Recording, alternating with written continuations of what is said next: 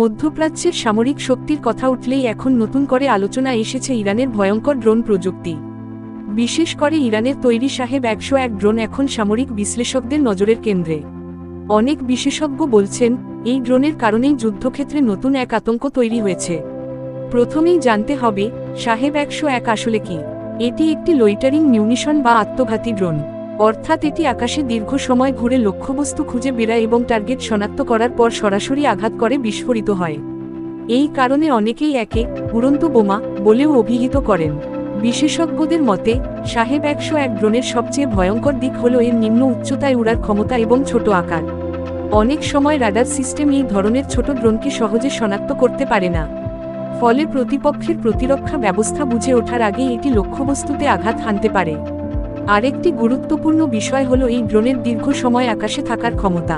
কিছু বিশ্লেষকের মতে, এই ড্রোন কয়েক ঘন্টা পর্যন্ত আকাশে অবস্থান করে টার্গেট খুঁজতে পারে, ফলে এটি শুধু হামলা নয়, নজরদারির কাজও করতে পারে। শাহেব ১০১ ড্রোনের ভয়াবহতার আরেকটি কারণ এর খরচ তুলনামূলক কম।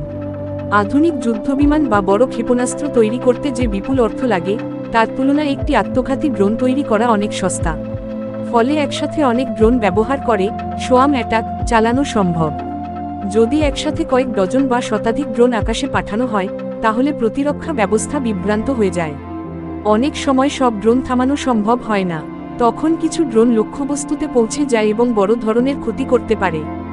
বিশ্লেষকরা আরও বলছেন, এই ধরনের ড্রোন সামরিক ঘাঁটি, রাডার স্টেশন, তেল স্থাপনা বা গুরুত্বপূর্ণ অবকাঠামো লক্ষ্য করে ব্যবহার করা হতে পারে, কারণ এগুলোতে আঘাত লাগলে কৌশলগত বড় ক্ষতি হয়। মধ্যপ্রাচ্যের বিভিন্ন সংঘাত এবং সাম্প্রতিক উত্তেজনার কারণে এই ড্রোন নিয়ে আলোচনা আরও বেড়েছে। অনেক দেশ এখন ড্রোন প্রতিরক্ষা ব্যবস্থা উন্নত করার চেষ্টা করছে, কারণ ছোট ও দ্রুতগতির ড্রোন প্রতিরোধ করা তুলনামূলক কঠিন।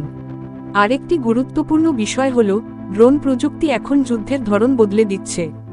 আগে যেখানে বড় যুদ্ধবিমান বা ক্ষেপণাস্ত্র ছিল প্রধান অস্ত্র, এখন সেখানে ছোট ড্রোনও বড় ভূমিকা রাখছে। এই কারণেই শাহেব ১০১-এর মতো ড্রোনকে অনেক সামরিক বিশ্লেষক নতুন প্রজন্মের যুদ্ধ প্রযুক্তি বলে অভিহিত করছেন, কারণ এটি কম খরচে বড় ধরনের সামরিক প্রভাব ফেলতে পারে।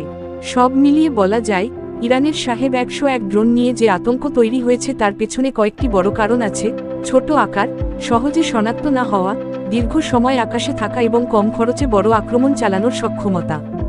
ভবিষ্যতে এই ধরনের ড্রোন প্রযুক্তি আরও উন্নত হলে যুদ্ধক্ষেত্রের কৌশল এবং প্রতিরক্ষা ব্যবস্থা সম্পূর্ণ বদলে যেতে পারে বলেও মনে করছেন বিশেষজ্ঞরা।